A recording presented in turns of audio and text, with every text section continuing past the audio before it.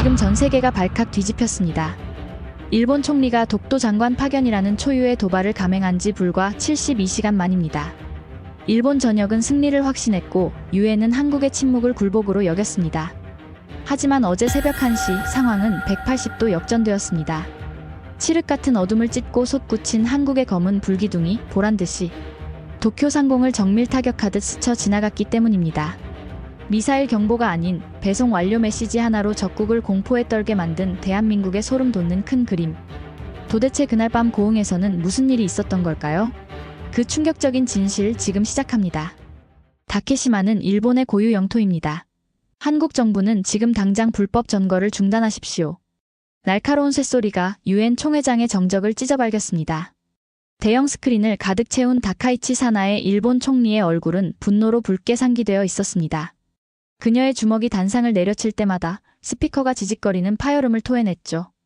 평소 점잖기로 유명한 유엔 외교관들조차 웅성거리며 서로의 얼굴을 쳐다봤습니다.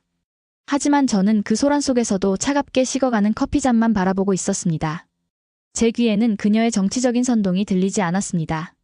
오직 제 책상 위에 놓인 방금 일본 외무성 차관이 은밀하게 건네주고 간 두툼한 갈색 서류 봉투만이 거슬릴 뿐이었죠. 봉투 겉면에는 붉은색 스탬프가 찍혀 있었습니다. 탑 시크릿 아이즈 올리. 제임스, 화면 속 저 여자의 말은 쇼에 불과해요. 진짜 폭탄은 당신 책상 위에 있습니다. 제 옆자리에 앉은 일본 대표 나카무라 대사가 입술을 움직이지 않은 채 나지막이 속삭였습니다. 그의 시선은 정면을 향해 있었지만 목소리에는 숨길 수 없는 희열이 묻어있더군요. 한국이 선을 넘었습니다. 이번엔 확실합니다. 놈들은 위성을 쏜다는 핑계로 대륙간 탄도 미사일, 즉 ICBM을 테스트하려 합니다. 저는 천천히 고개를 들어 그를 쳐다봤습니다. 그리고 장갑을 낀 손으로 봉투에 실밥을 뜯어냈습니다. 서류를 꺼내는 제 손끝에는 미세한 전율이 흘렀습니다. 만약 나카무라의 말이 사실이라면 이것은 동북아시아의 안보 지형을 뒤흔들 핵폭탄급 스캔들이었으니까요. 제 이름은 제임스 벤크로프트. 사람들은 저를 더 호크, 즉 매라고 부릅니다. 유엔 안보리 대북제재위원회 수석 고문이자 지난 30년간 이란, 북한, 러시아의 미사일 개발 현장을 추적해온 탄도 미사일 공학 박사. 그것이 제 명함에 적힌 직함입니다. 하지만 제 진짜 역할은 따로 있습니다. 평화적 우주 개발이라는 가면 뒤에 숨겨진 살상 무기의 냄새를 맡는 사냥개. 그게 바로 접니다. 저는 30년 동안 단 한 번도 틀린 적이 없습니다. 독재자들은 항상 거짓말을 하지만 숫자는 거짓말을 하지 않으니까요. 추진체의 직경, 연소시간, 노즐의 각도. 이 숫자들을 조합하면 그들이 쏘아 올리려는 것이 꿈인지 아니면 재앙인지 금방 알 수 있습니다. 저는 봉투에서 나온 위성사진과 설계 도면을 펼쳤습니다. 한국이 전남 고흥 나로우주센터에서 발사 준비 중인 한국형 발사체 누리호의 상세 재원이었습니다. 저도 모르게 낮은 신음이 새어나왔습니다. 나카무라 대사가 제 반응을 놓치지 않고 의자에 몸을 기대며 말했습니다. 보십시오. 일단 로켓의 추력 300톤급입니다. 액체 엔진 4개를 묶는 클러스터링 기술을 썼더군요. 저 정도 힘이면 1.5톤짜리 위성을 궤도에 올릴 수도 있겠지만 탄두 중량을 줄이면 1톤짜리 핵탄두를 싣고 워싱턴이나 뉴욕까지 날려보낼 수도 있습니다. 그의 말은 틀린 구석이 없었습니다. 사실 로켓과 미사일은 한 끗 차이입니다. 탄두에 인공위성을 실으면 로켓이고 폭탄을 실으면 미사일이 되니까요. 하지만 제가 주목한 건 단순한 추력이 아니었습니다. 제 눈을 사로잡은 건 바로 발사 시각이었습니다. 문서 하단 한국항공우주연구원이 국제전기통신연합 ITU에 통보한 발사 예정 시각 2025년 11월 27일 새벽 1시. 새벽 1시? 제가 되묻자 나카무라 대사가 비릿한 미소를 지으며 고개를 끄덕였습니다. 이상하지 않습니까? 통상적인 위성 발사는 기상 조건과 관측 시야가 좋은 낮 시간에 이루어집니다. 게다가 한국의 11월 밤바다는 돌풍이 심합니다. 그런데 굳이 칠흑 같은 어둠을 틈타 모두가 잠든 새벽 1시에 발사 버튼을 누른다. 이건 명백합니다. 그는 잠시 뜸을 들이더니 쐐기를 박듯 말했습니다. 야간 발사는 군사작전의 전형적인 특징입니다. 화염의 분광 분석을 어렵게 하고 실패했을 때 파편 수거를 은폐하기 쉽기 때문이죠. 한국은 지금 무언가를 숨기고 있는 겁니다. 저는 안경을 벗어 셔츠 자락으로 닦으며 생각에 잠겼습니다. 확실히 수상했습니다. 한국은 그동안 누리호 발사 때마다 전 국민적인 축제 분위기를 조성해 왔습니다. 발사 장면을 생중계하고 대통령이 직접 참관하곤 했죠. 그런데 이번엔 달랐습니다. 기이할 정도로 조용했습니다. 언론 플레이도 없었고 정부의 공식 성명도 없었습니다. 그저 무미건조한 발사 예고 통지문 한 장만 달랑 국제기구에 보냈을 뿐입니다. 마치 도둑고양이처럼 말입니다. 벤크로프트 박사님. 나카무라가 몸을 숙여 제 귀에 대고 속삭였습니다. 총리께서 유엔 안보리 긴급 소집을 요청하실 겁니다. 한국이 민간 기술을 빙자해 군사 도발을 감행했다는 증거 박사님이 확인해 주셔야겠습니다. 당신의 한마디면 한국은 국제사회에서 매장됩니다. 제재 위반 국가라는 낙인이 찍히는 거죠. 저는 묵묵히 서류를 덮었습니다. 유엔 본부의 거대한 통유리창 밖으로 뉴욕의 마천루가 보였습니다. 저 아름다운 도시가 한남미사일 한 방의 잿더미가 될 수도 있다는 공포. 그것이 제가 이 일을 하는 이유였습니다. 한국은 미국의 동맹국입니다. 하지만 동맹이라고 해서 감시의 눈을 피할 수는 없습니다. 아니, 오히려 가장 가까운 친구가 칼을 품었을 때가 가장 위험한 법이죠. 저는 나카무라에게 짧게 대답했습니다. 데이터는 거짓말을 하지 않습니다. 제가 분석해보고 의심스러운 점이 0.1%라도 있다면 제가 직접 한국의 목을 조르겠습니다. 그날 밤 저는 호텔 방에 틀어박혀 한국의 데이터를 씹어먹듯 분석했습니다. 나카무라가 준 자료는 일본 정보기관인 내각조사실, 즉 나이초에서 수집한 첩보들이었습니다. 상당히 구체적이더군요. 한국이 최근 고체 연료 엔진 연소 시험에 성공했다는 보고서, 한화에어로스페이스라는 민간 기업이 발사체 총괄을 맡았지만 사실상 국방과학연구소, 즉 ADD의 통제를 받고 있다는 내부 고발 내용까지 있었습니다. 특히 제 눈길을 끈 건 페어링 부분이었습니다.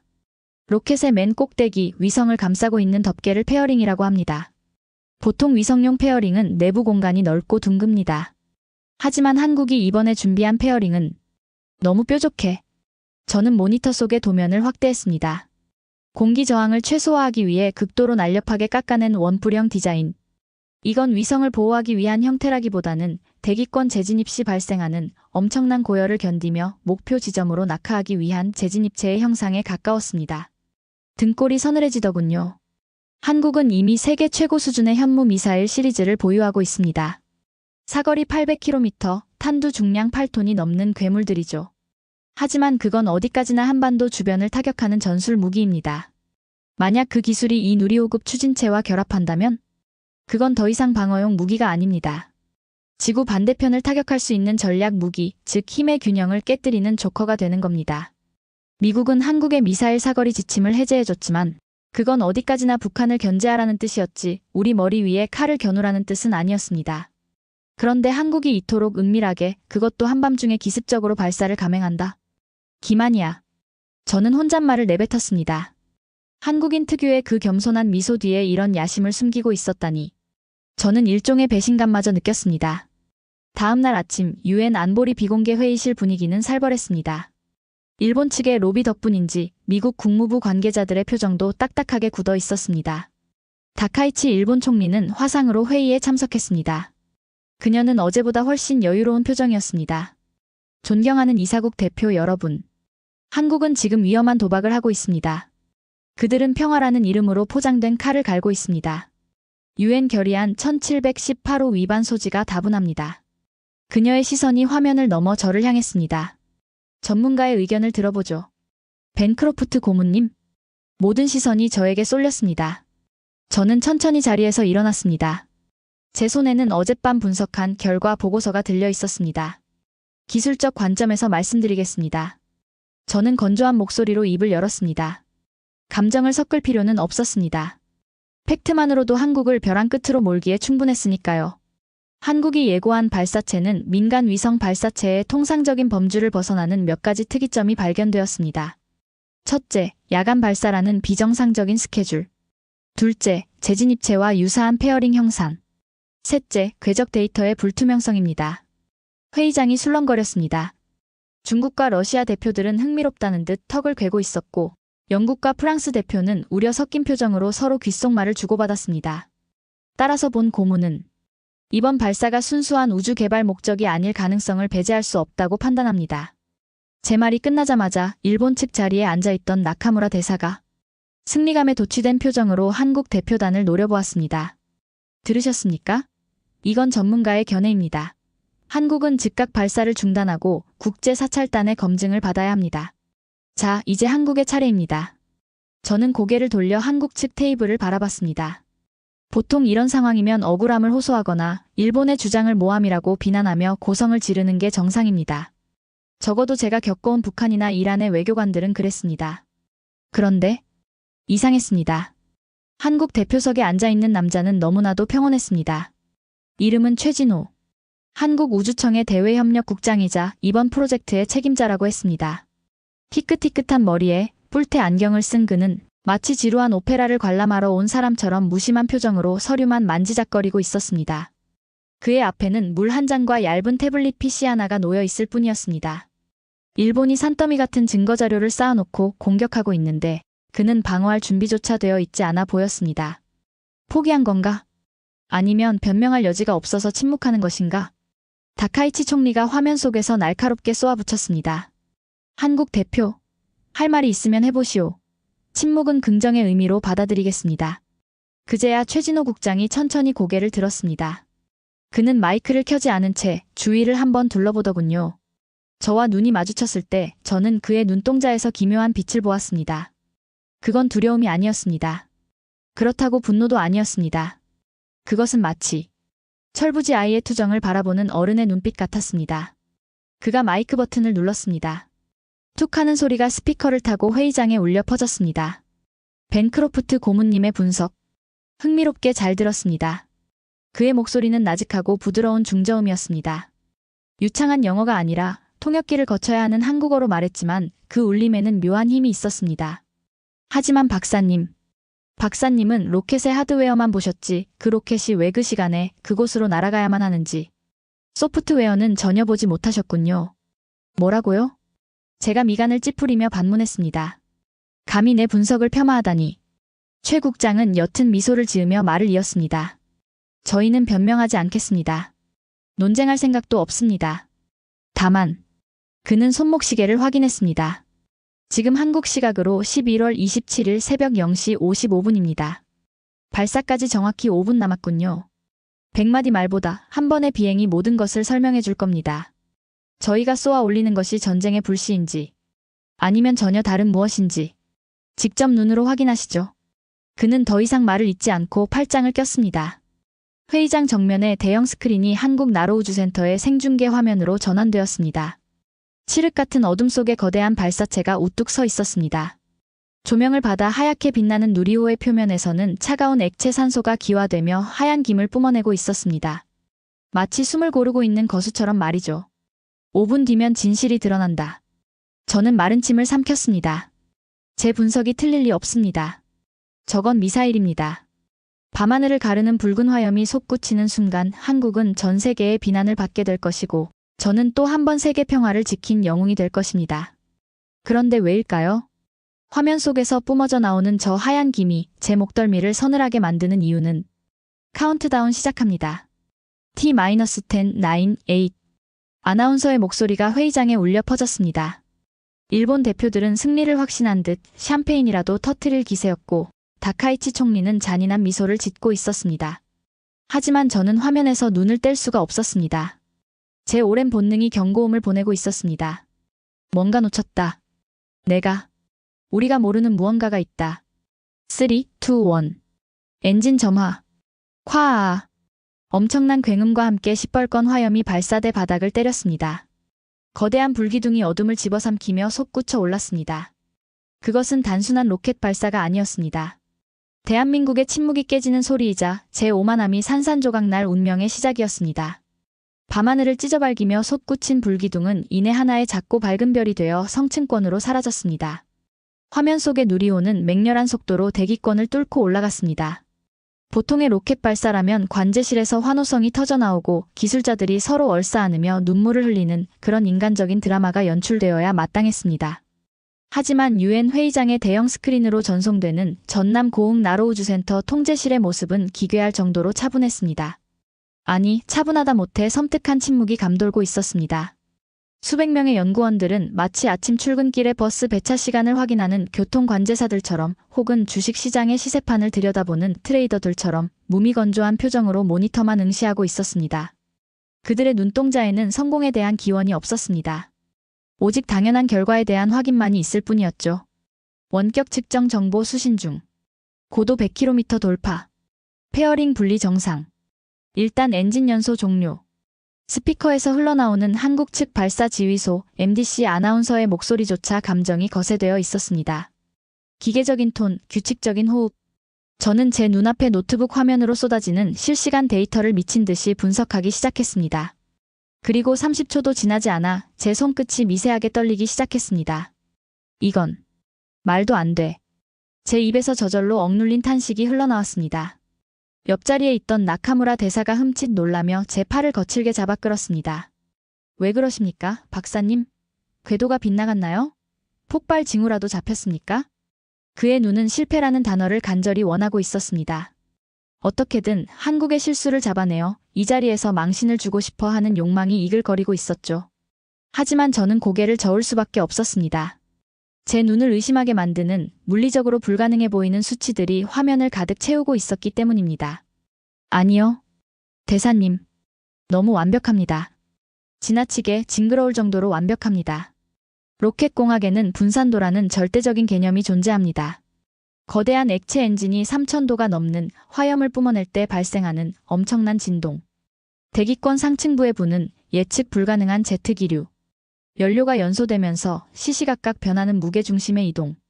이 모든 변수 때문에 로켓은 의도한 궤적에서 아주 조금씩 흔들리며 날아갈 수밖에 없습니다. 그래서 우리는 항상 오차범위라는 안전망을 설정해 둡니다. 그런데 지금 제 모니터에 찍히는 누리호의 궤적 그래프는 마치 자를 대고 그은 선처럼 소름 돋는 일직선을 그리고 있었습니다. 진동 개수가 제로에 수렴합니다. 어떻게 75톤급 액체 엔진 4개를 묶은 클러스터링 방식에서 이런 안정성이 나올 수 있죠? 이건 마치 4개의 엔진이 하나의 생명체처럼 호흡하지 않으면 불가능한 수치입니다. 그때였습니다. 화면 하단에 표시된 1단 로켓 분리 신호가 붉게 깜빡였습니다. 고도 65km 상공. 통상적으로 발사 과정 중 가장 위험한 마의 구간입니다.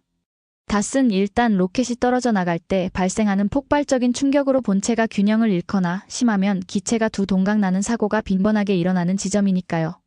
펑! 하는 작은 섬광과 함께 1단 로켓이 떨어져 나갔습니다. 그리고 2단 엔진이 점화되는 순간 저는 제 눈을 비비고 다시 모니터를 쳐다봤습니다. 보통 단 분리가 일어나면 기체가 휘청거리며 자세를 제어하는데 최소 수초의 시간이 걸립니다. 그 짧은 순간의 흔들림이 최종 궤도 진입의 성패를 가르기도 하죠. 하지만 누리호는 미동도 하지 않았습니다. 마치 물 흐르듯 2단 엔진이 부드럽게 추력을 이어받아 가속을 시작했습니다. 이것은 단순한 기계적 결합이 아니었습니다. 수만 개의 부품과 센서가 0.001초의 오차도 없이 유기적으로 반응하는 공학이라기보다는 예술에 가까운 자세 제어 기술이었습니다. 저건 위성 발사체의 움직임이 아닙니다. 제가 참지 못하고 소리쳤습니다. 제 목소리가 정적을 깨자 회의장이 술렁거리기 시작했습니다. 다카이치 총리의 얼굴이 화면 속에서 딱딱하게 굳어지더군요. 무슨 뜻입니까? 벤크로프트 고문. 설명을 해주시오. 총리님, 위성 발사체는 연료 효율을 극대화하기 위해 중력 턴을 하며 완만하게 눕습니다. 지구의 자전 속도를 이용해야 하니까요. 하지만 저 녀석은 억지로 고개를 쳐들고 있습니다. 중력을 거스르면서까지 직선으로 솟구치고 있다고요? 저건 특정한 목표 지점의 최단 시간 내에 뭔가를 꽂아 넣으려는 탄도 미사일의 전형적인 궤적입니다. 제 말이 떨어지자마자 나카무라 대사가 벌떡 일어나 책상을 내리쳤습니다. 쾅 하는 소리와 함께 찻잔이 엎질러졌습니다. 꺼 보십시오. 제 말이 맞지 않습니까? 저건 명백한 대륙간 탄도 미사일 ICBM 테스트입니다. 저 궤적대로라면 미국 본토까지 닿습니다. 당장 요격 명령을. 그 순간 한국 대표 최진호 국장이 찻잔을 내려놓는 소리가 달그락하고 회의장의 소음을 차분하게 잠재웠습니다. 그는 나카무라의 고함 따위는 애초에 들리지 않는다는 듯 태블릿 화면을 손가락으로 가볍게 밀어보냈습니다. 진정하시죠, 대사님. 그리고 박사님. 궤도가 독특해 보이는 건 우리가 배달해야 할 물건이 좀 까다롭기 때문입니다. 짐을 싣고 가는 트럭이 고속도로로 달릴지 비포장도로로 달릴지는 화물의 성격에 따라 결정되는 법 아니겠습니까? 배달? 화물? 제가 날카롭게 되물었습니다. 최 국장은 화면을 가리켰습니다. 지금 페어링이 분리됩니다. 직접 보시죠. 화면 속에서 로켓의 맨 꼭대기, 그 문제의 뾰족한 덮개가 양옆으로 갈라졌습니다. 제 심장이 쿵 하고 내려앉았습니다. 그 안에 들어있는 것이 둥근 돔 형태의 핵탄두라면 우리는 이제 돌이킬 수 없는 루비콘 강을 건너는 셈이었습니다. 하지만 페어링 사이로 드러난 것은 검은색 금속 물체였습니다. 전형적인 원뿔형 탄두 모양이 아니었습니다. 그렇다고 화려한 금색 단열재로 감싼 일반적인 위성 모양도 아니었습니다. 직육면체의 투박하고 시커먼 상자 표면에는 태극기도 기업 로고도 없었습니다. 마치 우주 공간에 버려진 거대한 금고처럼 보였습니다. 저게 뭡니까? 첩보 위성입니까? 프랑스 대표가 의혹에 찬 눈초리로 물었습니다. 최 국장은 어깨를 가볍게 으쓱했습니다. 고객의 프라이버시라 자세한 재원을 말씀드릴 순 없지만 굳이 정의하자면 특수 목적 운송 컨테이너라고 해두죠. 아주 귀중한 물건이 들어있거든요. 운송 컨테이너라니. 유엔 안보리 회의장에서 나올 단어가 아니었습니다. 그때 제 노트북 화면에 붉은색 경고창이 팝업되었습니다. 신호소실, 원격 측정 정보 암호화됨. 잠깐. 신호가 끊겼습니다. 아니, 이건 이중 암호화입니다. 제가 다급하게 외쳤습니다. 페어링이 분리되자마자 한국 측이 전송하던 위치 데이터와 속도 정보가 갑자기 알 수 없는 난수표로 바뀌어 버린 겁니다. 이건 명백한 국제규정 위반이었습니다. 민간 위성 발사는 충돌 사고 방지를 위해 궤도 정보를 투명하게 공개해야 합니다. 최 국장, 지금 당장 데이터를 복구할 키를 내놓으십시오. 뭘 숨기는 겁니까? 궤도가 어디로 향하는 겁니까? 제가 격앙된 목소리로 항의했지만 최 국장은 차분하게 고개를 저었습니다. 그의 표정에는 일말의 당황함도 없었습니다. 죄송하지만 그럴 수 없습니다. 페어링이 분리된 순간부터 저 물체는 대한민국의 소유가 아니라 고객의 자산이 되었습니다. 저희 권한 밖의 일이죠. 계약상 절대 비밀 유지 조항 때문에 궤도 데이터를 공유할 수 없습니다. 계약? 지금 전 세계의 안보가 걸려 있는데 고작 상업 계약 타령입니까? 신뢰는 안보보다 중요할 때가 있습니다, 박사님. 특히 저희처럼 신용 하나로 먹고 사는 비즈니스맨들에게는 더욱 그렇죠. 그의 눈빛은 흔들림이 없었습니다. 오히려 흥분한 저를 측은하게 바라보는 듯한 그 고요한 눈빛에 저는 등골이 오싹해졌습니다. 그 시각 누리호에서 분리된 그 검은 상자는 이미 우주궤도 깊숙한 곳으로 진입해 제 레이더망에서 완전히 사라져 버렸습니다. 남은 건 깜빡거리는 암호화됨이라는 붉은 글씨와 저를 비웃는 듯한 침묵뿐이었습니다. 회의장은 아수라장이 되었습니다.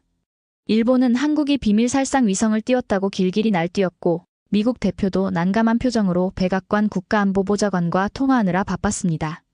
하지만 저는 직감했습니다. 저들은 지금 단순한 무기를 숨긴 게 아니다. 저들이 숨긴 건 무기보다 더 무서운 어떤 능력이다. 그로부터 48시간 뒤, 저는 한국행 비행기의 퍼스트 클래스 좌석에 몸을 싣고 있었습니다. 유엔 안보리의 긴급 결의에 따라 특별 사찰단이 꾸려졌고 제가 그 단장으로 지명되었기 때문입니다. 공식적인 명분은 위성 발사체의 평화적 이용 검증이었지만 실상은 한국이 쏘아 올린 그 검은 상자의 정체를 밝혀내고 한국의 숨통을 조일 기술적 결함을 찾아내는 것이었습니다.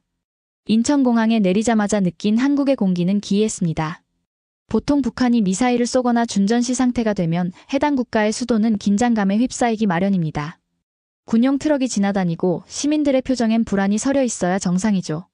하지만 서울의 풍경은 너무나 평온했습니다. 리무진 차창 밖으로 보이는 거리는 활기가 넘쳤습니다. 젊은이들은 카페 테라스에 앉아 아이스 아메리카노를 마시며 웃고 떠들었고 거대한 전광판에서는 K-팝 아이돌 그룹의 화려한 춤사위가 나오고 있었습니다. 방금 전 세계를 공포에 떨게 한 정체불명의 로켓을 쏘아 올린 나라라고는 믿기지 않을 정도의 일상이었습니다. 이 나라 사람들은 모르는 건가? 아니면 알면서도 관심이 없는 건가? 저를 마중 나온 검은색 제네시스 세단에 올라탔습니다. 운전석과 조수석에는 선글라스를 낀 건장한 요원들이 타고 있었습니다. 그들은 어서 오십시오, 박사님, 이라는 짧고 건조한 인사 외에는 입을 굳게 다물었습니다. 라디오조차 켜지 않은 차 안의 정막이 저를 숨막히게 했습니다. 차는 서울을 벗어나 남쪽으로 달렸습니다. 목적지는 대전 대한민국 국방과학연구소와 한화에어로스페이스의 종합연구단지였습니다. 나카무라 대사는 제가 떠나기 전 제 손을 꼭 잡으며 신신당부를 했습니다. 벤크로프트 박사, 반드시 꼬투리를 잡아야 합니다. 부품 하나라도 수입 금지 품목을 썼거나 민간 기술이 아닌 군사 전용 기술이 들어갔다는 증거를 단 하나라도 찾아내십시오. 그래야 한국을 멈출 수 있습니다. 3시간을 달려 도착한 연구소의 정문은 요새를 방불케 했습니다. 중무장한 군인들이 바리케이트를 치고 검문을 하고 있었지만 막상 들어선 연구소 내부는 의외로 대학 캠퍼스처럼 한산하고 평화로웠습니다. 본관 로비에서 저를 기다리고 있던 사람은 유엔에서 봤던 뺀질거리는 최진호 국장이 아니었습니다. 먼 길 오시느라 고생하셨습니다. 한화에어로스페이스 발사체 개발 본부장 박민우입니다. 기름때가 살짝 낀 회색 작업복 점퍼를 입은 중년의 남성이 투박한 손을 내밀었습니다. 헝클어진 머리카락, 눈가에 잡힌 깊은 주름, 그리고 거친 손바닥. 전형적인 현장 엔지니어의 모습이었습니다. 하지만 그의 눈빛만은 날카롭게 살아있었습니다. 형식적인 인사는 생략하죠. 바로 현장으로 안내해 주시죠. 저는 관광하러 온 게 아닙니다. 저는 악수를 하는 둥 마는 둥 하고 재촉했습니다. 박 본부장은 사람 좋은 미소를 지으며 저를 지하 벙커가 아닌 지상의 거대한 제2조립동으로 안내했습니다. 보안 등급 때문에 모든 걸 보여드릴 순 없지만 박사님이 가장 의심하시는 추진체 하드웨어 부분은 공개해드릴 수 있습니다. 보시고 마음껏 평가해 주시죠. 거대한 경납고의 문이 열리자 웅장한 광경이 펼쳐졌습니다. 다음 발사를 위해 조립 중인 또 다른 누리호의 기체들이 마치 수술대에 누운 거인처럼 도열해 있었습니다. 공기 중에는 쇠 냄새와 윤활유 냄새가 섞인 비릿한 향기가 감돌았습니다. 저는 가방에서 특수 스캐너와 확대경을 꺼내 들고 사냥감을 찾는 맹수처럼 부품들을 훑기 시작했습니다. 나카무라의 가설대로라면 이곳 어딘가에 분명히 서방 세계의 기술 통제를 뚫고 밀수한 흔적이 있어야 했습니다. 미국의 동의 없이 이런 고성능 로켓을 만들 수는 없으니까요. 예를 들어 자이로스코프 센서나 특수 합금 노즐 같은 것들 말이죠. 하지만 제가 본 것은 평범했습니다. 너무나도 평범해서 의심스러울 정도로요. 이 터보 펌프. 어디 제입니까? 독일 지멘스? 아니면 러시아 제입니까? 제가 엔진의 심장부인 75톤급 터보 펌프를 가리키며 날카롭게 물었습니다. 아니요, 경남 창원에 있는 저희 공장에서 주조부터 가공까지 100% 자체 생산합니다. 그럼 이 연소기 내부의 코팅은? 이 정도 내열 기술은 일본 도레이사 제품일 텐데요? 전주에 있는 효성첨단 소재 공장에서 납품받은 국산 탄소섬유로 만들었습니다. 항법 유도 장치는? 이건 로키드 마틴 기술 아닙니까? 대전의 LIG 넥스원 연구소 작품입니다. 소프트웨어까지 전부 한글 코드로 짰죠. 기가 막혔습니다. 제가 지적하는 모든 핵심 부품이 메이드 인 코리아였습니다. 보통 미사일 개발국들은 핵심 부품을 몰래 밀수하다가 걸리곤 합니다. 그런데 한국은 나사 하나, 배선 하나까지도 국내 중소기업들의 이름이 박혀 있었습니다. 이것이 의미하는 바는 충격적이었습니다. 이건 제재를 가할 명분이 없다는 뜻을 넘어 한국이 완벽한 기술 자립을 이뤘다는 뜻입니다. 즉, 미국이나 일본이 부품 수출을 끊어도 한국은 언제든 원하는 만큼 미사일을 찍어낼 수 있다는 공포스러운 결론이 나옵니다. 박사님, 혹시 찾으시는 게 이런 겁니까? 박 본부장이 구석에 놓인 방수포 덮개를 걷어내며 물었습니다. 그곳에는 낯익은 장비가 놓여 있었습니다. 발사체의 머리 부분, 즉 페어링과 위성을 연결하는 페이로드 어댑터였습니다. 저는 가까이 다가가 그것을 자세히 들여다보았습니다. 그리고 순간 제 동공이 확장되었습니다. 어댑터의 결합 볼트 위치가 이상했습니다. 일반적인 위성은 무게중심이 가운데에 있습니다. 그래서 어댑터도 중앙을 지지하도록 대칭형으로 설계되죠. 그런데 이 어댑터는 볼트 구멍이 가장자리의 비대칭으로 그것도 아주 깊고 굵게 뚫려 있었습니다. 마치 아주 무겁고 긴 원통형 물체를 그것도 여러 개를 동시에 매달기 위한 구조처럼 보였습니다. 이 구조는 제 머릿속에 30년 전 제가 설계했던 도면 하나가 스쳐 지나갔습니다. 미 해군의 트라이던트 잠수함 발사탄도 미사일. 그 안에 들어가는 다탄두 개별 목표 설정 진입체, 즉 MIRV의 장착대와 소름 끼치도록 구조가 일치했습니다. 이거 정말 위성용 어댑터 맞습니까? 제가 떨리는 목소리로 물었습니다. 박 본부장은 태연하게 대답했습니다. 그럼요. 요즘은 큐브 위성 같은 초소형 위성을 수십 개씩 한 번에 쏘아 올리는 게 트렌드니까요. 저희는 그걸 군집 위성이라고 부릅니다. 군집 위성. 이론적으로는 말이 됩니다. 하지만 제 30년 경력의 직감은 아니라고 비명을 지르고 있었습니다. 이 육중한 티타늄 프레임은 고작 몇십 킬로그램짜리 위성을 버티기 위한 게 아니었습니다. 이건 대기권 재진입 시 발생하는 엄청난 중력 가속도를 견뎌내야 하는 탄두를 위한 뼈대였습니다. 박 본부장. 그 군집 위성이라는 게 혹시 우주에 머무는 게 아니라 지상으로 떨어지는 위성입니까? 제가 전곡을 찌르는 질문을 던졌습니다. 박 본부장은 그제야 사람 좋은 웃음기를 싹 거두고 저를 똑바로 쳐다보더군요. 그 순박해 보이던 시골 엔지니어의 눈빛이 순간적으로 차가운 칼날처럼 변했습니다. 박사님. 망치는 못을 박을 때 쓰면 훌륭한 도구지만 사람을 치면 살인 흉기가 되죠. 우리는 튼튼한 망치를 만들었을 뿐입니다. 그 망치로 집을 지을지 누군가의 머리통을 부술지는 망치를 쥔 주인이 결정할 일 아니겠습니까? 그의 말은 단순한 비유가 아니었습니다. 묵직한 경고였습니다. 우리는 기술을 가지고 있다. 그리고 그 기술은 언제든 용도를 바꿀 수 있다. 건드리지 마라. 그때 제 양복 안주머니에 있던 위성 전화가 요란하게 진동했습니다. 펜타곤 전용 핫라인이었습니다. 저는 양해를 구하고 경납고 밖으로 나와 전화를 받았습니다. 손이 미끄러워 하마터면 전화기를 떨어뜨릴 뻔했습니다. 여보세요? 벤크로프트입니다. 제임스. 젠장, 지금 당장 보안 메일을 확인해봐요. 아니, 보내준 영상을 보라고요. 미 국방부 정보국 동료의 다급한 목소리였습니다. 평소 냉철하던 그가 욕설을 섞을 정도로 흥분해 있었습니다. 무슨 일입니까? 진정하고 말해요. 한국이 쏘아 올린 그 검은 상자 말입니다. 놈들이 지금 사진을 보내왔습니다. 펜타곤 서버가 아니라 전 세계 주요 언론사에 동시에 뿌려버렸다고요? 사진? 무슨 사진입니까? 위성사진요? 노르웨이입니다.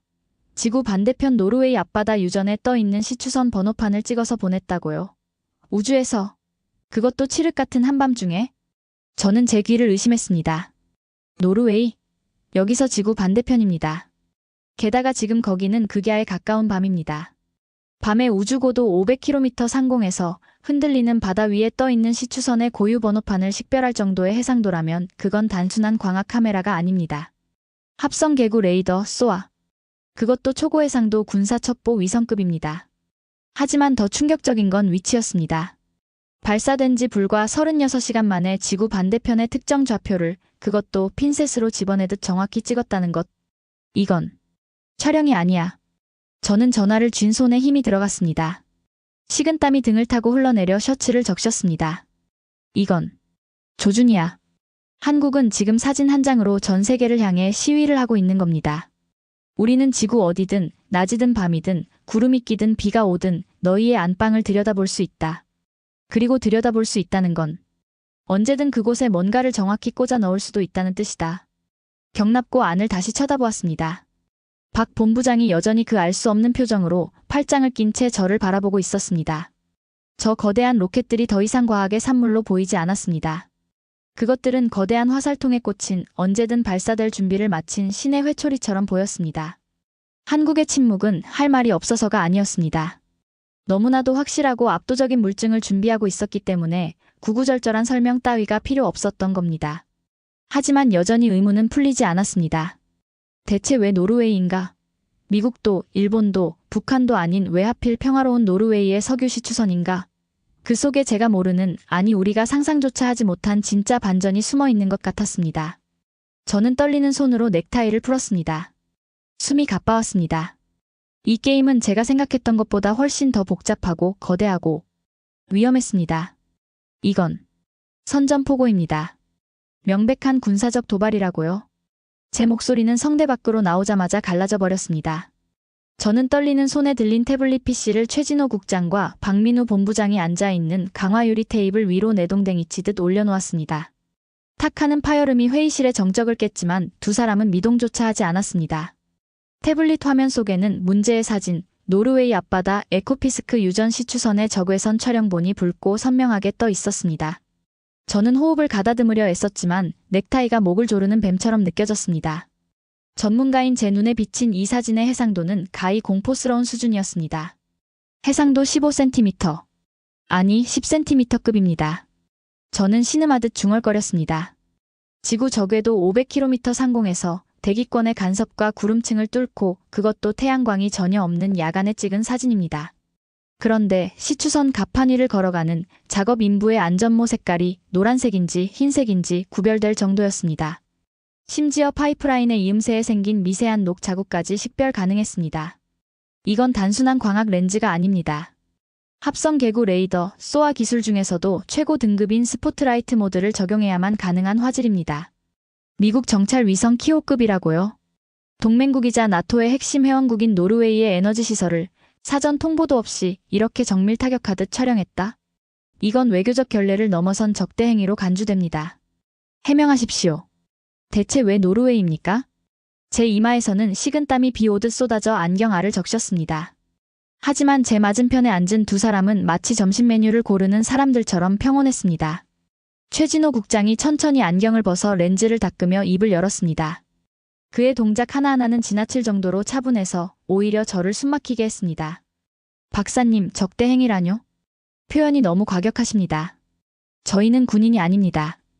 과격? 지금 전 세계 언론이 뒤집어졌습니다. CNN과 BBC가 속보를 띄우고 있어요. 한국이 전 지구적 감시망을 가동했다고 떠들고 있다고요. 감시망이라. 최 국장은 옅은 미소를 지으며 정장 안주머니에서 얇은 서류 봉투 하나를 꺼냈습니다. 그리고 아주 정중하고 느릿한 동작으로 제 앞으로 밀어주었습니다. 마치 카지노의 딜러가 마지막 히든카드를 뒤집기 직전의 모습 같았습니다. 저희는 그저 배송 완료 인증샷을 보낸 것뿐입니다. 배송 완료? 저는 덜덜 떨리는 손으로 서류 봉투를 집어들었습니다. 종이의 질감이 날카롭게 제 손끝을 파고들었습니다. 봉투를 열자 영문으로 작성된 계약서 사본 한 장과 빳빳한 인쇄용지 한 장이 나왔습니다. 그것은 영수증이었습니다.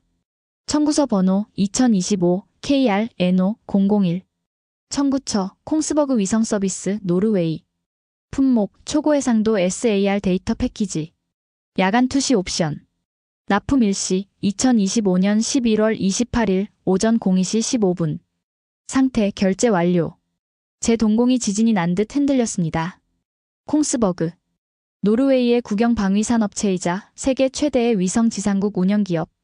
이게 대체 뭡니까? 보시다시피입니다. 최 국장이 나직하게 그러나 또렷하게 설명했습니다. 이번 누리호 발사의 진짜 목적은 콩스버그사와의 데이터 판매 계약을 이행하기 위함이었습니다. 그들은 북해 유전의 노후화된 파이프라인에서 발생하는 미세한 균열과 기름 유출을 감시하고 싶어 했습니다. 하지만 북해는 1년 중 절반이 밤이고 구름이 끼어 있죠. 기존의 광학 위성으로는 식별이 불가능했습니다. 그는 물 한 모금을 마시고 말을 이었습니다. 그래서 저희에게 의뢰가 왔습니다. 밤에도 대낮처럼 볼 수 있는 눈을 빌려달라고요. 저희는 그 요구에 맞춰 맞춤형 위성을 쏘아 올린 겁니다. 박사님이 의심하셨던 야간 발사요? 그들이 원하는 궤도 진입 타이밍을 맞추려면 새벽 1시가 최적이었습니다. 노르웨이 촬영이요? 고객이 자기 앞마당을 찍어달라고 돈을 냈는데 그게 무슨 외교적 결례입니까? 머리가 멍해졌습니다. 거대한 망치로 뒤통수를 세게 얻어맞은 것 같았습니다. 일본의 다카이치 총리와 제가 48시간 동안 목청 높여 주장했던 군사도발과 불법 사찰이라는 거창한 프레임이 이 영수증 한 장으로 순식간에 성실한 상행위로 둔갑해버린 겁니다. 하지만 저는 억지로 말을 이어갔습니다. 제 자존심이 제 30년 경력이 이렇게 허무하게 무너지는 것을 인정할 수 없었습니다. 이건 궤변입니다. 상업적 거래로 포장했을 뿐 기술적으로는 군사첩보 위성과 다를 게 없지 않습니까? 10cm급 해상도의 레이더 기술은 미사일 기술 통제 체제와 전략 물자 수출 통제 규정에 걸리는 이중 용도 품목입니다. 박사님. 이번엔 옆에서 팔짱을 끼고 듣고 있던 박민우 본부장이 끼어들었습니다. 그는 투박하고 거친 손가락으로 강화유리 탁자를 톡톡 두드렸습니다. 그 소리가 마치 제 심장을 때리는 것 같았습니다. 칼을 주방장이 사면 요리 도구고 강도가 사면 흉기라고 하셨죠? 저희는 정당하게 사업자 등록증을 낸 주방장에게 칼을 팔았습니다. UN 제재? 어떤 조항이 상업적 위성 데이터 판매를 금지합니까? 우리가 핵탄두를 팔았습니까? 미사일 완제품을 넘겼습니까? 우린 그저 디지털 데이터, 즉 사진 파일을 팔았을 뿐입니다. 자본주의 사회에서 기술을 가진 자가 기술을 파는 게 죄가 됩니까? 완벽한 논리였습니다. 반박할 틈이 없었습니다. 그들은 국제법의 가장 모호한 회색지대를 정확히 찌르고 들어왔습니다. 기술의 수준은 명백한 군사용이지만 그 용도와 포장은 철저하게 민수용이었습니다.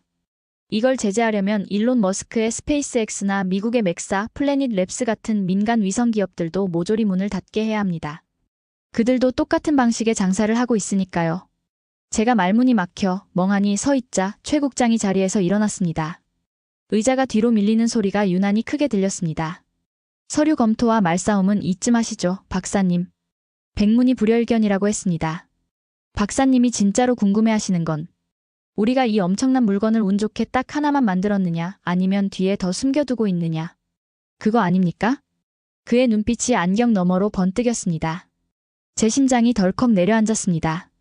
바로 그것이었습니다. 시제품 하나를 겨우 성공시킨 것과 그것을 언제든 찍어낼 수 있는 양산 능력을 갖춘 것은 차원이 다른 문제입니다. 전자는 위협 수준이지만 후자는 공포 그 자체니까요.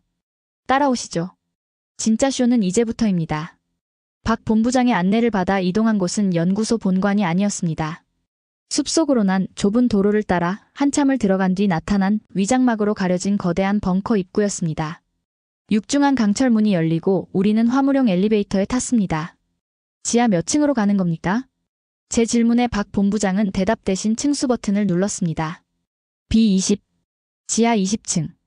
엘리베이터가 하강을 시작하자 귀가 먹먹해질 정도의 기압차가 느껴졌습니다. 1분, 2분. 끝도 없이 내려갔습니다. 단순한 연구시설이 아니었습니다. 이건 핵전쟁이 일어나도 살아남을 수 있는 지하 요새였습니다. 이윽고 띵하는 청명한 알림음과 함께 엘리베이터의 거대한 문이 양옆으로 열렸습니다. 그리고 그 순간 제 입에서는 비명조차 나오지 않았습니다. 호흡이 턱 막혀왔습니다. 오, 신이시여. 제 눈앞에 펼쳐진 것은 축구장 10개를 합쳐놓은 듯한 끝이 보이지 않는 광활한 지하 공동이었습니다. 높은 천장에는 수천 개의 LED 조명이 대낮처럼 밝게 빛나고 있었고 그 아래를 가득 채우고 있는 것은 라인이었습니다. 마치 울산의 자동차 공장에서나 볼 법한 최첨단 자동화 조립 라인이 끝도 없이 뻗어 있었습니다. 하지만 컨베이어 벨트 위를 흐르고 있는 것은 자동차가 아니었습니다. 은빛으로 차갑게 빛나는 거대한 원통. 누리호의 1단 로켓 동체 그리고 엔진들이었습니다. 제1라인은 연소기 노즐 용접, 제2라인은 터보 펌프 조립, 제3라인은 에비오닉스 체계 종합. 박 본부장이 건조한 목소리로 설명했습니다. 제 눈은 믿을 수 없는 광경을 쫓느라 바빴습니다. 보통 로켓은 수공 예품입니다. 나사나 로키드 마틴조차도 수십 명의 장인들이 달라붙어 나사 하나하나를 수동으로 조이며 로켓 한 대를 만드는데 수개월, 길게는 1년이 걸립니다. 그런데 이곳은 달랐습니다. 수백 대의 로봇 팔들이 불꽃을 튀기며 정밀 용접을 하고 있었고 바닥에는 무인 운반차들이 부품을 싣고 개미떼처럼 질서정연하게 움직이고 있었습니다. 소음조차 없었습니다. 위잉, 척, 위잉, 척 하는 규칙적인 기계음만이 거대한 공간을 울리고 있었습니다. 저 멀리 완제품 적재구역에는 이미 조립이 끝난 75톤급 엔진들이 마치 대형마트 진열대의 통조림 캔처럼 수십 아니 수백 개가 랩에 쌓여 도열해 있었습니다. 저게 전부 실물입니까? 모형이 아니고? 제가 떨리는 손가락으로 저 멀리 끝을 가리켰습니다. 네. 전부 연소 시험을 통과한 실물입니다. 현재 엔진 재고량 127기. 이번 달부터 3교대 풀 가동으로 전환해서 매달 12기씩 추가 생산 중입니다. 127기. 제 머릿속에서 계산기가 미친 듯이 돌아갔습니다. 누리호 1단에 엔진 4개가 들어갑니다. 단순 계산으로도 당장 30대의 대형 발사체를 조립해서 쏠 수 있는 분량입니다. 아니, 군사용으로 전용한다면 대륙간 탄도 미사일 ICBM 30발을 마음만 먹으면 일주일 안에 조립해서 발사대에 세울 수 있다는 뜻입니다. 이란이나 북한이 미사일 한 발을 만들기 위해 수년 동안 부품을 밀수하고 쩔쩔매는 동안 한국은 지하 벙커에서 붕어빵을 찍어내듯 전략 무기를 양산하고 있었던 겁니다. 이게 어떻게 가능합니까? 예산이, 인력이. 한국은 제조업의 나라입니다. 박사님. 박 본부장이 씁쓸한 웃음을 지으며 자부심 섞인 목소리로 말했습니다. 저희는 지난 50년 동안 자동차를 만들고 세계에서 가장 큰 배를 만들고 반도체를 만들면서 대량 생산의 DNA를 뼈에 새겼습니다. 미국이나 유럽 친구들은 로켓을 과학작품으로 만들지만 저희에게 로켓은 그저 조금 더 복잡하고 조금 더 정밀한 공산품일 뿐입니다. 라인만 깔면 찍어내는 건 일도 아닙니다. 그의 말은 과장이 아니었습니다. 제가 보고 있는 이 현장은 낭만적인 우주센터가 아니었습니다. 이것은 완벽하게 시스템화된 인류 역사상 가장 거대하고 효율적인 미사일 기가 팩토리였습니다. 저는 다리에 힘이 풀려 안전난간을 두 손으로 꽉 붙잡았습니다. 손마디가 하얗게 질렸습니다.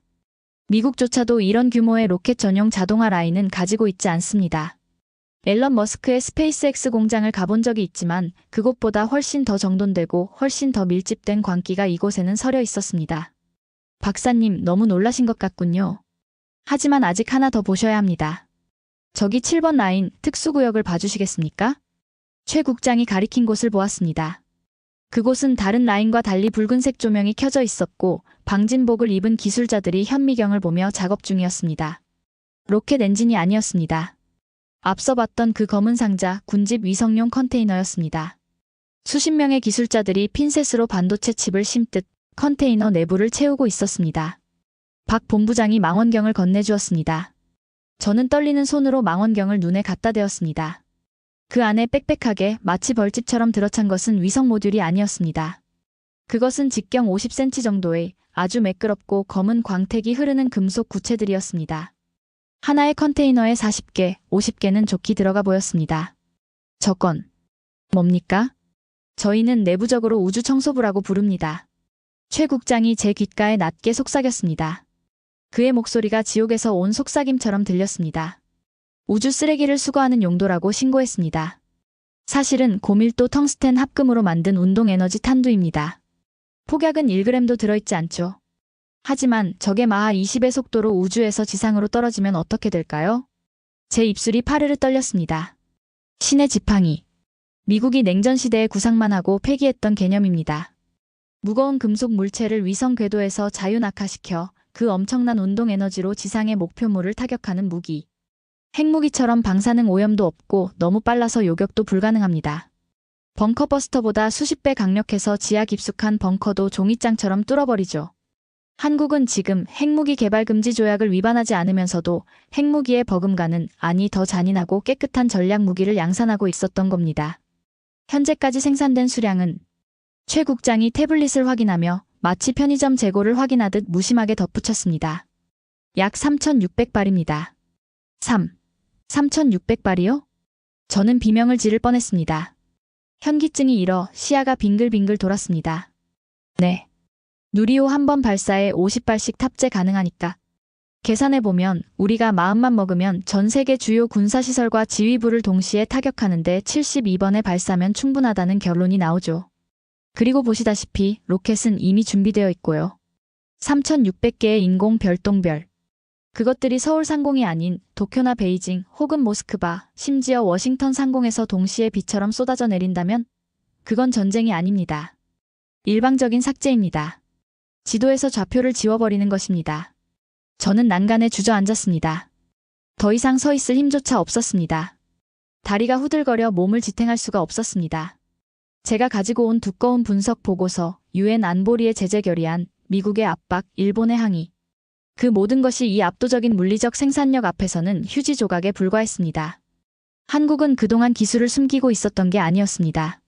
그들은 그저 묵묵히 아주 성실하게 칼을 갈고 있었던 겁니다. 남들이 하나를 만들며 자랑할 때 100개를 만들고 남들이 떠들며 논쟁할 때 침묵하며 24시간 공장을 돌리고 있었습니다. 박사님. 박민우 본부장이 주저앉은 제게 다가와 투박한 손을 내밀었습니다. 그의 손은 따뜻했지만 저는 그 손을 잡는 것조차 두려웠습니다. 거인의 손처럼 느껴졌기 때문입니다. 우리는 전쟁을 원하지 않습니다. 아시지 않습니까? 우리는 장사꾼입니다. 좋은 물건을 만들어서 팔고 직원들 월급 주고 맛있는 거 사 먹는 게 목표죠. 그가 저를 억지로 일으켜 세우며 제 눈을 똑바로 응시했습니다. 그 눈빛에는 살기가 아닌 흔들리지 않는 자신감이 서려 있었습니다. 하지만 누군가 우리의 밥상을 엎으려 한다면 우리는 장사를 접고 창고에 쌓인 이 재고들을 무료 배송으로 보내줄 수밖에 없습니다. 그게 누구든 지구 어디에 있든 로켓 배송은 하루면 도착하니까요. 그 순간 거대한 지하 공장의 교대 시간을 알리는 사이렌이 웅장하게 울렸습니다. 부웅. 그 소리가 마치 잠자던 용이 깨어나 포효하는 소리처럼 들렸습니다. 멈춰있던 라인이 다시 움직이기 시작했습니다. 윙, 척. 윙, 척. 그 규칙적이고 기계적인 소음이 제게는 그 어떤 군가보다 더 공포스러운 침묵의 행진곡처럼 들렸습니다. 대한민국이라는 나라는 더 이상 제가 알던 조용한 아침의 나라가 아니었습니다. 그들은 성실함이라는 가면을 쓰고 괴물을 키우고 있었습니다. 그것도 아주 많은 괴물들을 말입니다. 저는 주머니 속에서 휴대폰을 꺼내 유엔 본부와 백악관에 보낼 코드 레드 메시지를 작성하려 했습니다. 하지만 손이 너무 심하게 떨려 자판을 제대로 누를 수조차 없었습니다. 작전 중지. 당장 멈춰야 해. 우리가 건드린 건 고슴도치가 아니었어. 우리는 지금 화약고 위에서 불장난을 하고 있었던 거야. 화면 속 메시지가 흐릿하게 번져 보였습니다. 그것은 제 눈에 고인 공포와 경외, 그리고 알 수 없는 패배감이 뒤섞인 뜨거운 눈물 때문이었습니다. 유엔 본부의 거대한 총회장은 이날따라 현대판 콜로세움과도 같았습니다. 수백 명의 외교관들이 뿜어내는 긴장된 열기, 2층 기자석에서 터지는 플래시 세례, 그리고 통역 부스에서 웅성거리는 수십 개 언어의 소음이 뒤섞여 현기증이 날 지경이었습니다. 공기 중에는 습기 찬 욕망과 비릿한 음모의 냄새가 떠다니고 있었습니다. 하지만 저는 그 소란 속에서도 마치 진공 상태에 갇힌 우주인처럼 귀가 먹먹했습니다. 제 머릿속에는 방금 전까지 한국의 지하 20층 벙커에서 목격한 그 압도적인 은빛 라인과 3,600개의 검은 구체만이 잔상처럼 떠다니며 제 이성을 마비시키고 있었으니까요. 단상 위에는 다카이치 사나의 일본 총리가 서 있었습니다. 그녀는 마치 개선장군처럼 위풍당당했습니다. 짙은 감색 정장을 입은 그녀의 뒤로는 일본 외무성 관료들이 팔짱을 낀 채 여유로운 미소를 짓고 있었습니다. 그들은 확신하고 있었습니다. 제가 한국에서 가져온 보고서가 한국의 숨통을 끊어놓을 결정적 증거가 될 것이라고 말입니다. 존경하는 의장, 그리고 사랑하는 세계 시민 여러분. 다카이치 총리의 목소리가 최첨단 스피커를 타고 회의장의 구석구석을 장악했습니다. 그녀는 연설의 귀재답게 감정을 고조시키며 청중을 선동하기 시작했습니다. 지난 48시간 동안 유엔 특별사찰단은 한국의 가장 은밀한 지하시설을 시찰하고 돌아왔습니다. 벤크로프트 단장이 그곳에서 목격한 것은 충격 그 자체일 것입니다. 한국은 평화적 우주 이용이라는 달콤한 가면 뒤에 숨어 대량 살상 무기로 전용 가능한 기술을 조직적으로 그리고 대규모로 축적하고 있었습니다. 그녀는 과장된 몸짓으로 저를 가리켰습니다. 그녀의 손가락 끝이 저를 향하는 순간 수천 개의 눈동자가 화살처럼 저에게 꽂혔습니다. 자, 제임스 벤크로프트 단장님. 단상으로 올라와 주십시오. 당신이 본 것을, 그 추악한 진실을 전 세계에 증언해 주십시오. 한국이 인류의 평화를 담보로 얼마나 위험한 불장난을 하고 있는지 말입니다. 모든 조명이 저를 비췄습니다. 저는 무거운 납덩이를 발목에 매단 죄수처럼 천천히 자리에서 일어났습니다. 다리가 후들거려 쓰러질 것만 같았습니다. 단상으로 향하는 그 짧은 거리가 제게는 마치 단두대로 향하는 길처럼 멀게만 느껴졌습니다. 저는 곁눈질로 한국 대표석을 힐끔 쳐다보았습니다. 최진호 국장과 박민우 본부장은 여전히 조각상처럼 무표정한 얼굴로 앉아 있었습니다. 그들의 침묵은 체념일까요? 아니면 폭풍전야의 고요함일까요? 그들은 저를 쳐다보지도 않았습니다. 그저 자신들의 태블릿 PC만 만지작거리고 있을 뿐이었습니다. 단상에 올라 마이크를 잡았습니다. 입이 바짝 말라 혀가 입천장에 달라붙었습니다. 제가 여기서 한국은 대규모 미사일 공장을 가지고 있다고 말하는 순간 한국은 제재를 받게 될 것이고 제 경력은 빛날 것입니다. 하지만 그 공장에서 만든 것이 무기가 아니라 상품이다라고 말한다면 제 경력은 끝장날 수도 있습니다. 보고합니다. 제 목소리는 마이크를 타고 불안하게 떨리고 있었습니다. 본 사찰단은 지난 이틀간 한국의 대전 국방과학연구소 및 고흥 나로우주센터의 지하 생산시설을 정밀 점검했습니다. 그곳에서 우리는 당초 예상했던 규모를 훨씬 상회하는 그리고 고도로 시스템화된 대량 생산시설을 확인했습니다. 일본 대표 단석에서 그렇지 하는 환호성이 작게 터져나왔습니다. 나카무라 대사는 주먹을 불끈 쥐었고 다카이치 총리는 만족스러운 듯 고개를 끄덕이며 청중을 향해 미소를 지었습니다. 승리가 눈앞에 온 것입니다. 하지만 제가 말을 잇자 장내에 찬물을 끼얹은 듯 정적이 흘렀습니다. 그 시설에서 생산되는 물품들이 국제법을 위반한 직접적인 군사 무기라는 증거는 발견하지 못했습니다. 뭐라고요? 다카이치 총리의 얼굴이 순식간에 일그러졌습니다. 우아했던 미소는 온데간데 없고 당혹감과 분노가 뒤섞인 기괴한 표정만이 남았습니다. 그녀는 마이크가 켜진 것도 잊은 채 소리쳤습니다. 지금 무슨 소리를 하는 겁니까? 벤크로프트, 당신이 본 그 로켓들, 그 수많은 엔진들, 그게 미사일이 아니면 대체 뭡니까? 기술적으로는 우주 발사체로 분류됩니다. 국제우주조약에 의거하여 주권 국가는 우주 발사체를 개발할 권리가 있습니다.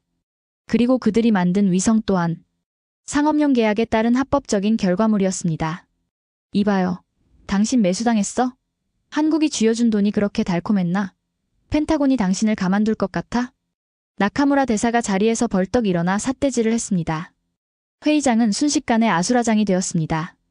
일본 측의 격렬한 항의와 야유가 쏟아졌고 중국과 러시아 대표들은 이 상황을 즐기듯 웅성거렸습니다. 저는 눈을 질끈 감았습니다. 수천 명의 야유 소리가 고막을 찢는 것 같았습니다. 제가 할 수 있는 방어는 여기까지였습니다. 그때였습니다. 한국 대표석의 마이크 램프에 초록색 불이 들어왔습니다. 딩동 하는 맑은 알림음이 회의장의 소음을 뚫고 울려 퍼졌습니다. 최진호 국장이었습니다. 그는 소란스러운 회의장을 향해 손을 들어 조용히 하라는 제스처를 취하지 않았습니다. 목소리를 높이지도 않았습니다. 그저 차분하게 마치 대학 강의실에서 교수가 학생들에게 말하듯 아주 낮은 중저음으로 한마디를 던졌습니다. 화면 전환 부탁드립니다. 그의 목소리에는 기이한 힘이 있었습니다. 통역기가 그 말을 전달하자 방송실의 엔지니어는 홀린 듯 버튼을 눌렀습니다. 회의장 정면에 500인치 대형 스크린이 깜빡이며 새로운 화면을 송출했습니다.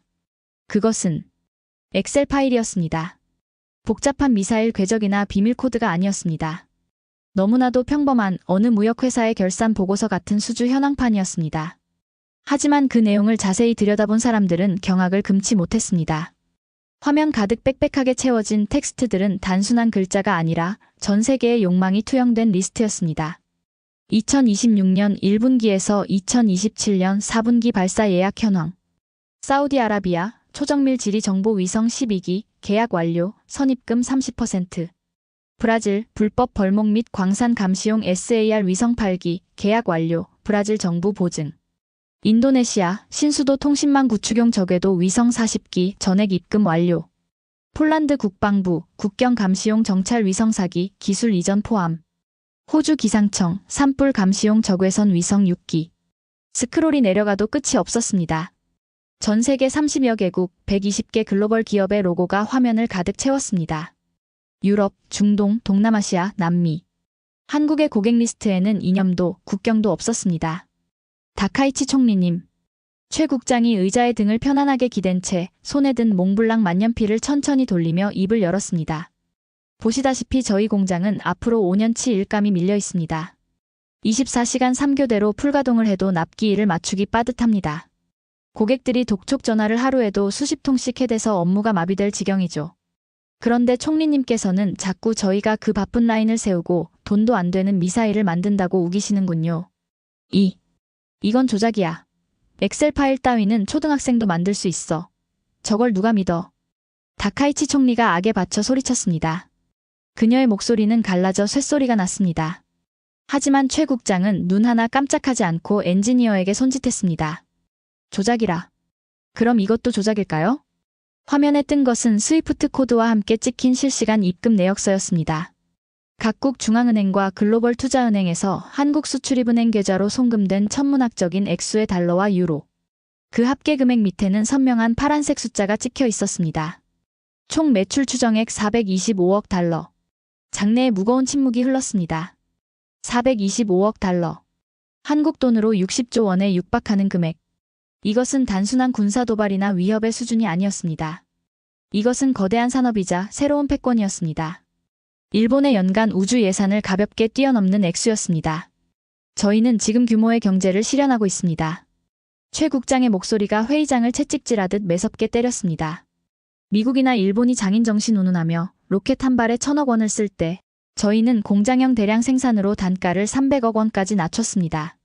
전 세계 고객들이 왜 나사나 자사가 아닌 한국을 찾을까요? 정치적 이유? 아니요. 싸고 빠르고 정확하기 때문입니다. 이것은 비즈니스입니다, 총리님. 당신들의 구시대적인 냉전 논리가 지금 저희의 건전한 영업을 방해하고 있습니다. 이에 대한 손해배상을 청구할 수도 있다는 점 명심하십시오. 완벽한 프레임의 전환이었습니다. 동북아의 안보 위협국이라는 프레임이 산산조각 나고 그 자리에 글로벌 우주 배송의 혁신가라는 새로운 이미지가 더 씌워졌습니다.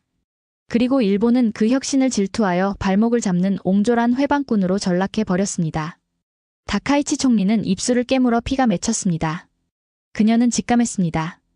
논리 싸움에서 완패했다는 것을. 하지만 그녀는 노련한 정치인입니다. 정치인은 논리로 지면 대중의 공포심을 자극하여 판을 뒤집는 법입니다.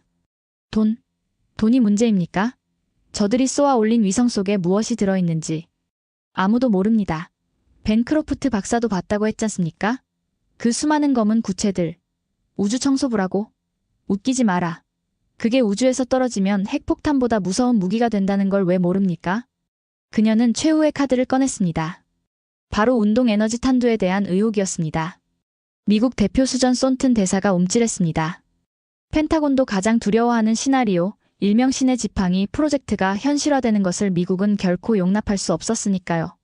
장내의 분위기가 다시 한번 술렁거렸습니다. 하지만 최 국장은 기다렸다는 듯 웃었습니다. 그 웃음은 정말이지. 소름 끼치게 차가웠습니다. 아, 그 청소부들 말씀이시군요. 백문이 불여일견이죠. 말로 설명하는 것보다 보여드리는 게 빠르겠군요. 시연 영상을 준비했습니다. 화면이 바뀌었습니다. 이번에는 컴퓨터 그래픽 시뮬레이션이 아니었습니다.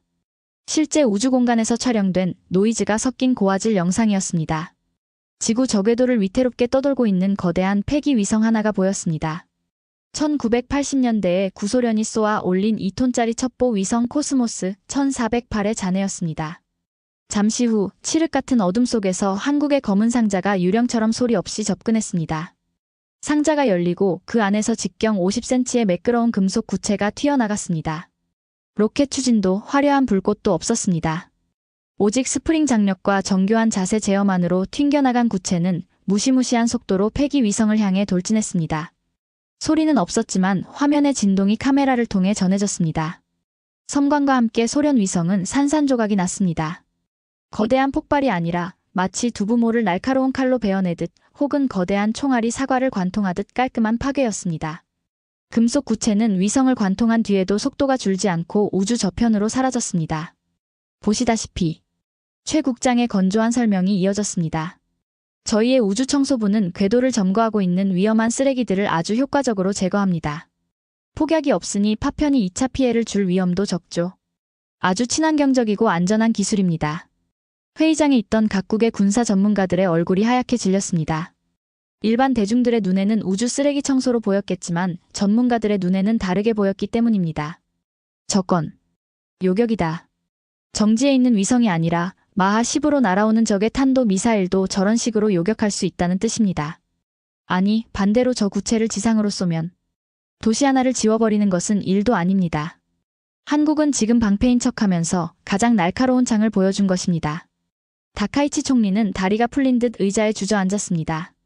그녀도 깨달은 겁니다. 한국이 보여준 것은 청소 도구가 아니라 그녀의 머리 위에 언제든 떨어질 수 있는 다모클레스의 칼이라는 것을요. 그리고 그때 옆에 있던 박민우 본부장이 마이크를 이어받았습니다.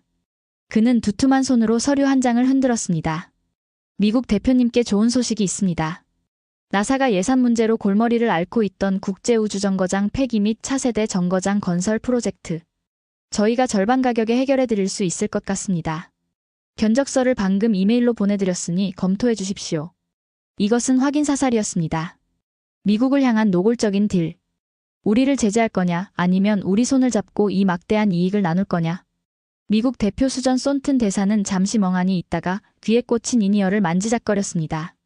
그녀의 표정이 시시각각 변했습니다. 아마도 백악관 국가안보보좌관의 긴급 지령을 듣고 있었겠죠.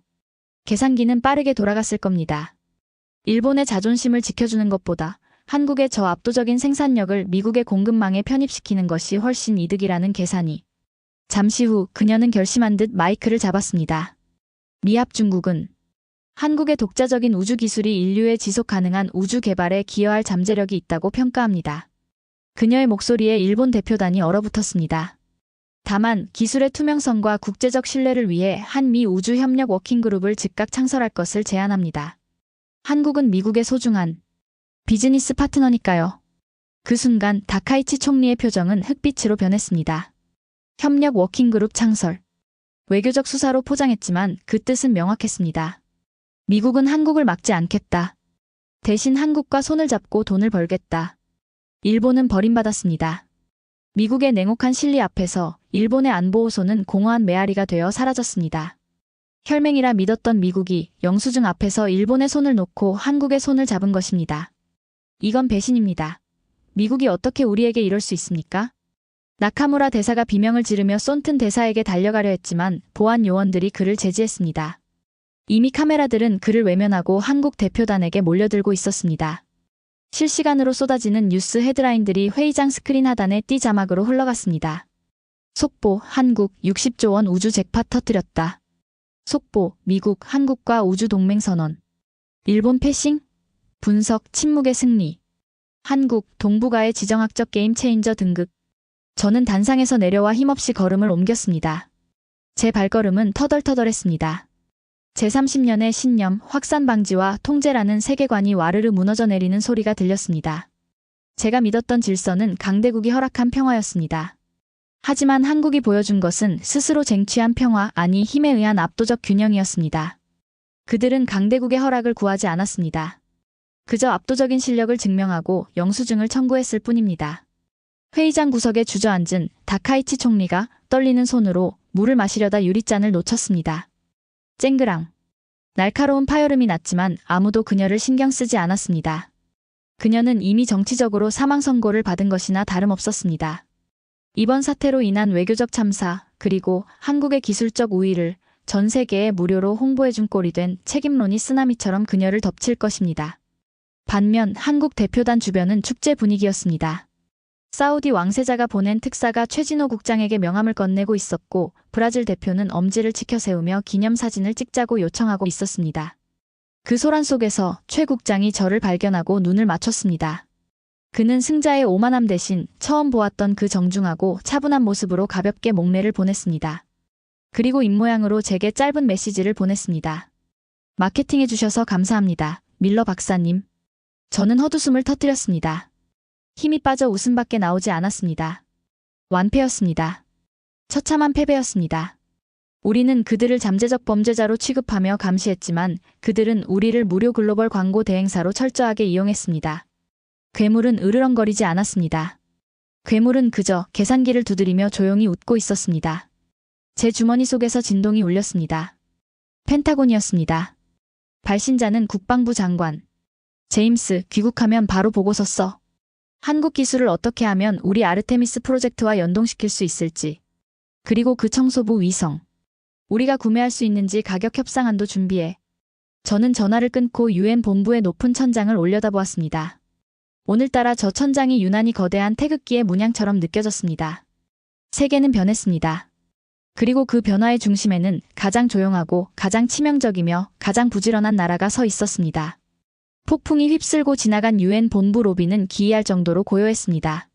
수백 대의 카메라도 질문을 쏟아내던 기자들도 붉은 얼굴로 고성을 지르던 일본 대표단도 모두 썰물처럼 빠져나갔습니다.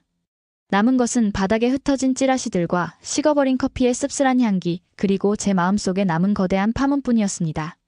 저는 창가에 기대어 뉴욕의 밤하늘을 올려다보았습니다. 저 하늘 어딘가에 지금 이 순간에도 한국이 쏘아 올린 검은 상자들이 소리 없이 궤도를 돌고 있을 겁니다. 어제까지만 해도 그것은 제게 공포의 대상이었지만 지금은 마치 지구를 지키는 수호신처럼 느껴졌습니다. 커피 한잔 하시겠습니까, 박사님? 등 뒤에서 들려온 목소리에 저는 화들짝 놀라 뒤를 돌아보았습니다. 최진호 국장이었습니다. 그는 자판기 커피 2잔을 들고 서 있었습니다. 425억 달러, 한화로 60조 원의 계약을 따낸 주역이라고는 믿기지 않을 만큼 소박한 모습이었습니다. 아, 고맙습니다. 저는 얼떨결에 종이컵을 받아들었습니다. 따뜻한 온기가 차갑게 식은 제 손을 녹였습니다. 우리는 잠시 말없이 창밖을 바라보았습니다. 어색한 침묵이 흘렀지만 그것은 이전의 숨막히는 긴장감이 아닌 전우가 전장에서 살아남아 나누는 안도감 같은 것이었습니다. 왜? 반박하지 않으셨습니까? 제가 먼저 입을 열었습니다. 네. 일본이, 그리고 제가 당신들을 범죄자 취급하며 몰아세울 때 말입니다. 당신들은 그 지하 공장의 실체를 처음부터 공개해서 우리를 입 다물게 할 수 있었습니다. 그런데 왜 끝까지 침묵하고 모욕을 견디며 이 마지막 순간까지 기다리셨습니까? 제 질문에 최 국장은 씁쓸한 미소를 지으며 커피를 한 모금 마셨습니다. 박사님, 짖는 개는 물지 않습니다. 진짜 무서운 개는 짖지 않고 물죠. 그의 눈빛이 깊어졌습니다. 저희는 지난 반세기 동안 너무 많이 짖어야 했습니다. 약했으니까요. 우리가 여기 있다고, 제발 우리를 봐달라고, 우리를 도와달라고 소리쳐야 했습니다. 하지만 그는 잠시 말을 멈추고 밤하늘을 응시했습니다. 이제는 그럴 필요가 없어졌습니다.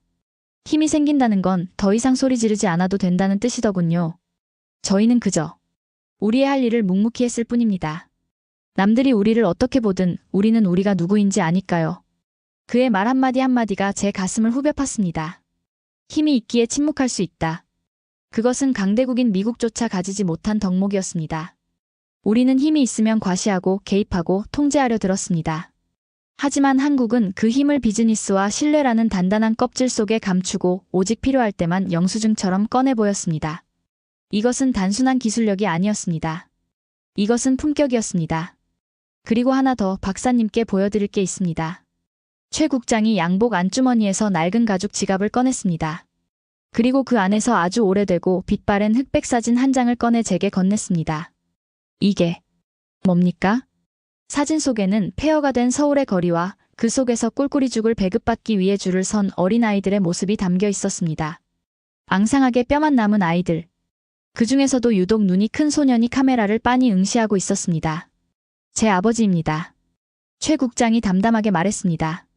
1953년 전쟁이 끝난 직후죠. 아버지는 항상 제게 말씀하셨습니다. 우리는 잿더미 위에서 싹을 틔웠다. 남들이 버린 쓰레기통에서 장미를 피웠다. 그러니 절대 잊지 마라. 우리가 누리는 이 평화는 공짜가 아니다. 저는 사진 속 소년의 눈망울과 제 앞에 서 있는 최 국장의 눈빛을 번갈아 보았습니다. 겹쳐 보였습니다. 굶주림에 떨던 그 소년의 나라가 불과 70년 만에 전 세계를 호령하는 우주 강국이 된 것입니다. 갑자기 목구멍에서 뜨거운 것이 치밀어 올랐습니다. 저도 모르게 지갑을 꺼냈습니다.